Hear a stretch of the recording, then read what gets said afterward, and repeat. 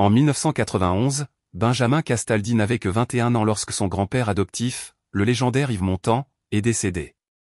Montand, qui aurait eu 104 ans le 13 octobre 2025, a marqué à jamais le cinéma et la chanson française. Marié à Simone Signoret jusqu'à la mort de celle-ci en 1985, il avait connu une liaison célèbre avec Marilyn Monroe. Dans son testament, il n'avait pas oublié sa famille, il avait adopté Catherine Allégret et légué $1 million à son petit-fils Benjamin, une somme que ce dernier dilapidera malheureusement très vite. En février 2025, Benjamin Castaldi s'est confié dans l'émission YouTube Unique sur cette période difficile de sa vie.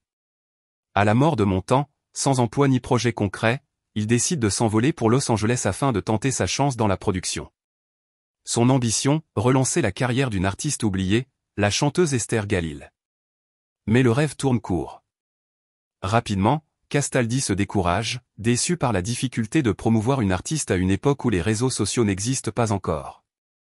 Au lieu d'investir sagement son héritage, il mène la grande vie, voiture de luxe, hôtel 5 étoiles, dépenses extravagantes et en 4 mois, tout l'argent a disparu.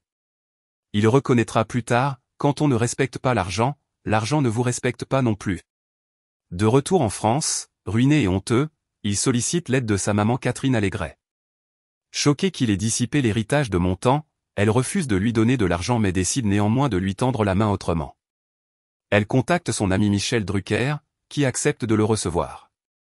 Séduit par son franc-parler et son autodérision, Drucker lui offre sa première opportunité à la télévision, en direct sur France 2, un tournant dans la vie du jeune homme.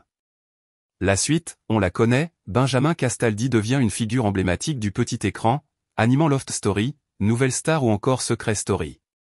Mais en 2025, il confie à Jordan Deluxe traverser à nouveau une période financière difficile. Sans revenu stable depuis 6 mois, il dit pouvoir compter sur sa femme Aurore pour subvenir aux besoins du couple.